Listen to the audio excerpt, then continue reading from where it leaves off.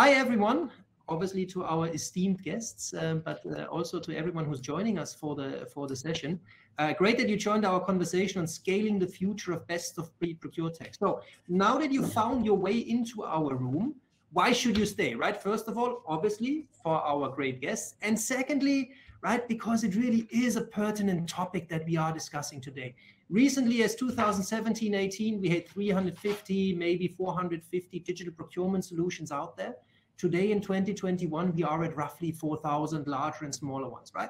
Procurement technology is the market after fintech that attracts the biggest investments from venture capital and other investment sources, right? So the question really is for us as a community, now that there's so much potential and so much option there, how do we best leverage it to create impact and value for our organizations? That's what we're here to discuss today. And we're all looking forward to a very lively discussion with Lauren Costas and Nufri. Before we dive right in, allow me to very quickly introduce the panelists here. We have Lauren Feary, who is the head of procurement, strategy, operations, and excellence at Diageo, a multinational beverage company. Even if you never heard that name, I'm sure you have had a drink that was made with one of the ingredients that her company produces. Lauren will be able to share a lot about her insights around building a fast, flexible, and scalable systems network around the stable core. Also from London, we have Kostas Xyloyannis, and I fervently hope that I pronounced the name correctly, Kostas. If not, please forgive me. Absolutely. Kostas is on a lifelong journey to build strong relationships with suppliers based on clean supplier data and a very strong supplier experience. Kostas, you started building your company, Hicks Digital Solution Provider, 15 years ago, based on your first-hand experience of problems with bad, messy supplier data in large organizations. And last but not least, from New Jersey, we have Nufri, Pierre-Louise. Nufri, thanks for getting up so early for us. You are responsible for procurement, digitization, and strategy at Johnson & Johnson. You started your digital procurement journey 5 years ago and pivoted along the way from end-to-end to specialized solutions to cover specific use cases. Super excited to have you here and have you share your experiences. Let's get started. For the audience out there, notice on the right, similar as in the other breakouts, you have the opportunity to ask questions, and you also have the opportunity to join us for a poll. So I would like to, before we start discussing, I would like to ask our audience, what is your stance and your organization's stance on end-to-end versus best-of-breed procurement? So if you all want to navigate to the polls area on the right side of the check and click on the tab, a poll will show up with the question, is your organization more end-to-end suite or more specialized best-of-breed? So please take a few seconds to start. Kostas, what do you think? What's the result going to be? Don't look yet. Oh, I'm totally biased, to be honest, but given the trend and seeing the pattern recognition we have of large customers, I think it will trend towards best of breed, but might be a bit in the middle. Some not yet decided. Let's see. Let's see. I only have. Yeah, now the votes are coming in. Excellent. 9. Let's give it a few more. Actually, what's interesting right now is it's roughly 50-50, right? Between suite and end-to-end. Okay. Best of breed is getting a little bit of headway here. Let's give it one more refresh, and then let's see where we end up. Yeah. So it seems to obviously this is not a statistically significant number of responses that we have, right? But just a snapshot. It seems that many people would prefer a best-of-breed ecosystem, which is clear, right? You don't, if you are in procurement, you don't get up in the morning and get all excited about, yay, I get to get another PR into my Ariba system today, right? So, Lauren, let me start with you, maybe. What do you think? Why should companies architecture potentially on top of an end-to-end backbone, right? And if they do so, what exactly would be the expected benefits? I think let me start by saying that had you asked me the question 5 years ago, my answer would have been very different. I think I would have said have an end-to-end, just keep it really simple, just go with one provider. But I think the flip side of that, we've really seen a big shift in the last couple of years. I think certainly the organisations I've been part of have been tremendously diverse. I think we've learned that not all suppliers are the same. Not all parts of our procurement or our supply chain or our value chain are the same. Not all of our markets and our countries are the same. So I think the benefit of a best of breed solution is the flexibility and the adaptability to the different challenges we face in an industry, in a country or a market. And I think traditionally the one view end to end has been very codified, very similar, but at times somewhat inflexible to really adapting to the different challenges of the markets and the types of products we sell. So I think that would be my sense of that, really acknowledging that our markets are all not the same, our suppliers are not the same. We absolutely see the benefit in best of breed because they're much more flexible and able to co-create or develop solutions that are relevant to the markets we operate. So what is then, and then obviously that makes perfect sense, right? A more specialized solution is more able to cater to specific use cases that you have in the organization. But then let me ask you, if that's so clear indeed, then why don't more people scale it, right? Why do we still see this notion that, hey, I invest into an end-to-end solution and that's going to solve all of my problems? Maybe Kostas, maybe you have a view on that one. Well, I think, the end-to-end solution, at least 5 years ago, as Lauren says, was probably a very nice thing to buy into. And I think as people, we want to buy into this kind of complete simplicity, right? The promised land. But theoretically, if that dream was going to become reality, then 50 years ago, ERP tried to solve this, right? And we'd all be using SAP, and there would have never even been Ariba or Coupa or whatever. So for me, it's easy to fall into this dream, but the reality now people have seen is very, very different. And if you think that markets are different, so again, going along kind of the same theme here, well, at the end of the day, you want something which is going to be adopted and be tailored to them. So we see that user adoption, those kind of elements are going to be much easier. User experience is going to be much better, right? Because again, end-to-end, you will have something which maybe fits one use case very well, and then the rest very poorly. And I think that's a big driver. Things have shifted. User experience is key. People want to tap into innovation and into the thinking, right? Best of breed has thought about the use cases, has thought about the problems. Whereas if you have to configure something, you as the customer, you have to bring that thought leadership, right?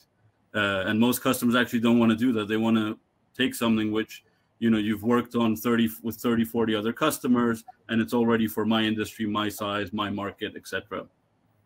Yeah, and in addition to this experience, right, this innovation that you need to bring as a customer that carries risks, right? And nobody has ever gotten fired for implementing Ariba or Coupa, right? Whereas if you go for BOB, that's the more difficult decision. Nofried, why don't you tell us a little bit about the journey that you were on, right? Because you started end to end, and then, as I said in my intro, pivoted away from that. What caused that pivot? Why did you change?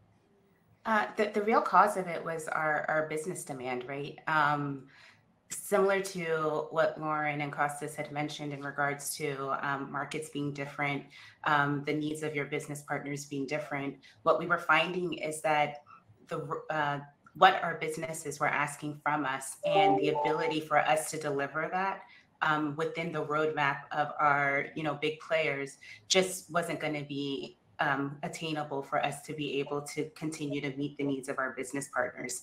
And I think we all can attest, if we're not serving them in a way that is timely for them, they're going to find other ways to get it done, right? And what we wanted to do is make sure that we weren't allowing an area for them to skirt following our procurement processes and figuring out a way, how can we deliver what they need in a quick way, and really lean into those capability areas that were current gaps. So that's why we started to reassess, there are other players that are starting to do things within the digital procurement space. Why don't we broaden our reach and see what they can deliver?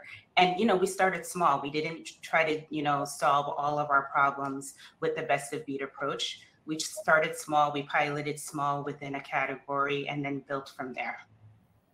So I'm hearing a little bit also the theme, right? In addition to experience and risk that we've heard, is that end-to-end is not a strategy, right? If you want to have a digital procurement strategy, you need to think much more deeply, comprehensively, and build it together with the user base. So let's maybe talk a little about then again, what is it that holds people back? What makes it difficult to scale, right? So, and it was a nice round robin, Lauren. I'm just gonna start with you again. So, what challenges did you encounter along the way, and how did you? I think the question is how to, right? How do we overcome those challenges as we want to build this interconnected ecosystem of best of breed solutions?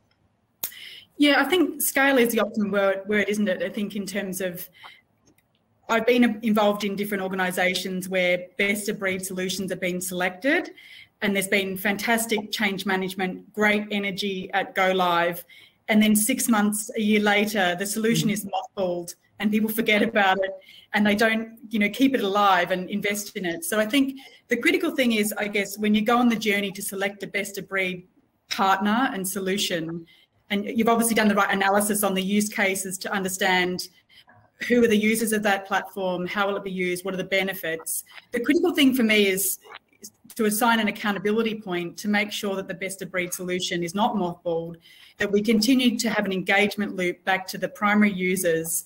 And for us, it could be 25,000 employees, it could be 30,000 suppliers, or it could be segments of those. But having channels to get regular feedback, to bring that back to the best of breed solution provider, to contribute and collaborate with other clients of the best of breed partner, to really acknowledge it's a journey. It's not about just that go live. It's about making it work, embedding it, but investing in it.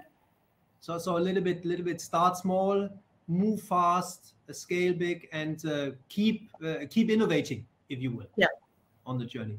Because one of the things that I know that is driving you and your thinking a lot, right? And you mentioned it before, is this notion of experience, of user experience and supplier experience. So I think one of the things that might be interesting, a lot of people that we have in the audience today, is if you bring in a lot of best of breed solutions, they will have different user interfaces, they will have a different workflow thinking, if you will, a different UX. How do you bring all this together and make sure that you don't have a disruptive user experience across your solution universe? Yeah, so this is, by the way, super, super important. And I think that's always, for me, the elephant in the room, because when people think of end-to-end, they think it's going to be easier, same UI, etc. Now, the reality here is, what are the challenges? And we've spent a lot of time looking at this, which really upsets suppliers or destroys the user experience. It's simple things, by the way. So it's unable to, or having to maintain multiple logins, right? Or my data is not the same between the systems. So, when we peel back everything to the core, actually it's a challenge of integration, and a challenge of integration actually is not the integration itself. I know everyone thinks and sees that as, the most complicated thing. The reality is it's complicated because of data. Integration as a topic has been around for many, many years. It's not technically challenging to integrate systems from a tech point of view. The problem is that the data is just not the same across these systems. So to join up an experience is more around a data issue initially. And then once you solve this, signing into the same solution, if they actually see a different UX, this is no longer such a big deal, because again, you have to look at it from the approach that it's best of breed. So probably the UX they're going into, if it's seamless, that I click a link and I'm popped over, is actually going to fulfill my needs in a much easier way, right? So it's not about UX consistency or UI consistency, because people confuse UI, which is more a design thing, rather than user experience. So the design might look different, but with best of breed, they're getting the best user experience each time. We just have to make sure that you have this foundation of data, which is going to enable a seamless supplier experience. So what other capabilities then would enterprises need in order to scale an interconnected ecosystem of best of breed solutions, right? You mentioned data. Obviously, you want to treat data as a, if you will, as a first-class citizen, right? Otherwise, your journey across solutions is going to be difficult. But there's got to be something else. So what do you need to build, right, as an organizational muscle or capability to make BOB scaling a success? Is that back to me, or is that open-ended, or? That is for now open-ended. I mean, I think it's always good to talk about war stories as well, to learn from those. And I think, you know, I've seen in different companies like a standalone supplier management system rolled out. And to me, it's really critical to think about the day of the life of the user. So if I'm a user and I'm going into a standalone supply management system, I have to flick to other systems to understand, you know, what's the quality performance of that supplier. Just to front up to supplier meeting, that's not an ideal situation. Even worse if I've rolled out a standard risk system and, you know, we have to do a cleansing project to make sure that we can understand a single view of supplier risk because no one thought to connect it or integrate the data, or be clear on the data strategy with an ERP. So I think I do agree with Kostas, it's really critical to have great data architecture, solution architect as we're rolling out these projects, enterprise architecture, but also to really think through the day of the life of the user. And that user could be someone in procurement, it could be segments of our supply base, it could be marketing, it could be logistics people, it could be people that do CapEx projects.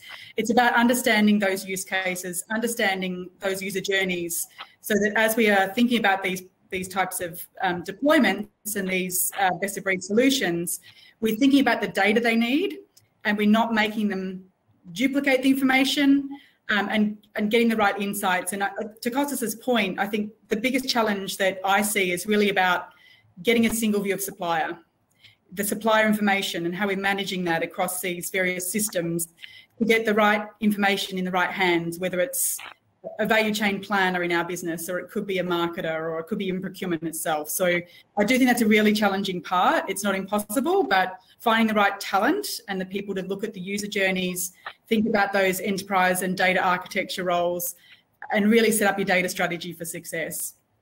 I was going to say what I would add as well. I think that's kind of underlying what Lauren and Kostas had mentioned is having really strong partnership with your technology group. Because there, in many cases, at least with our journey, there were investments that we needed to make in our infrastructure to be able to support our ability to start thinking about bringing on best of breed solutions, and doing so where the experience was seamless and frictionless. And if we had done it in the infrastructure that we had before, the user experience would have degraded, and we wouldn't have been able to see the successes that we were able to see. So having that strong partnership with IT, making sure that they understand what we're trying to do, and then making sure also that they're enabling us to be able to be set up to support taking on a best of breed approach and determining what in our current stack needs to be adjusted in order to best support the needs now and then also the needs 5 years from now.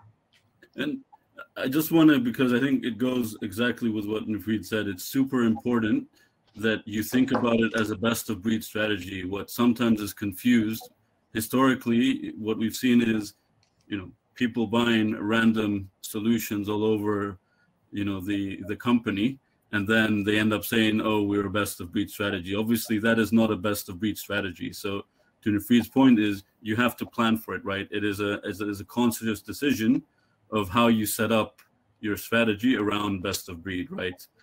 So it does not mean, you know, we just go and buy best of breed solutions in isolation. And I think that IT partnership is very important to get that right. Yeah. So a few questions from the audience here actually, and I'm going to start with the first one from Kees. How many best of breed solutions do you actually have in your ecosystem in a large organization like Diageo and J&J?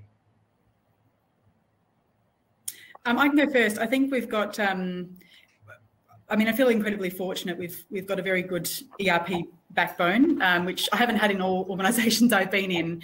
I'd say they're probably about 5 or 6. There are new ones coming out this year. I also think there's a tremendous opportunity in some of the biggest challenges that many industries face to get into this space around best of breed for environmental, sustainability, supplier diversity.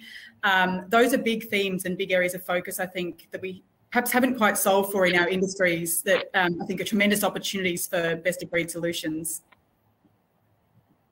Agreed.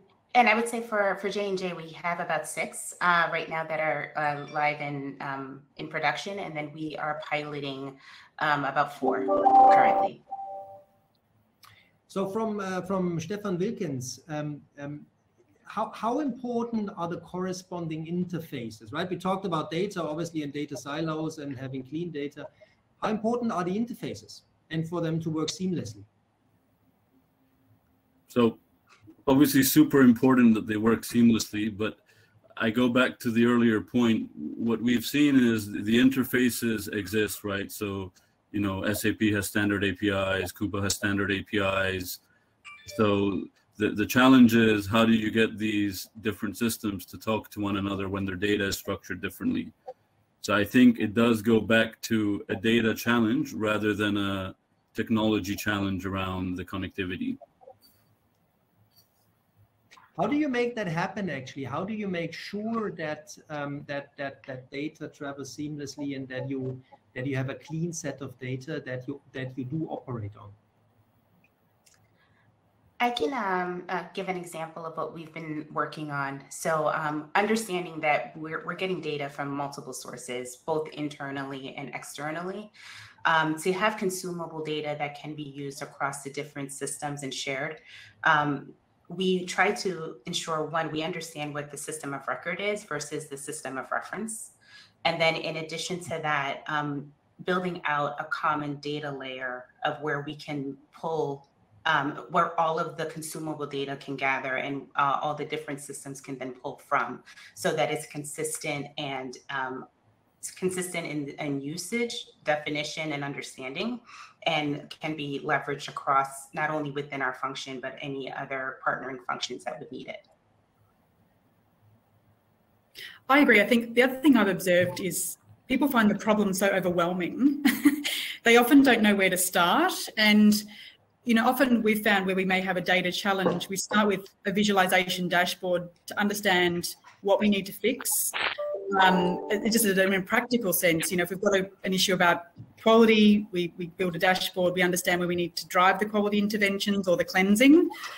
So I'd encourage people to not be overwhelmed by the concept of perfect data, but to really think about what are the really primary use cases for where you can go after those fixes within your existing systems and be much clearer on what is the source data versus what is that the more secondary data.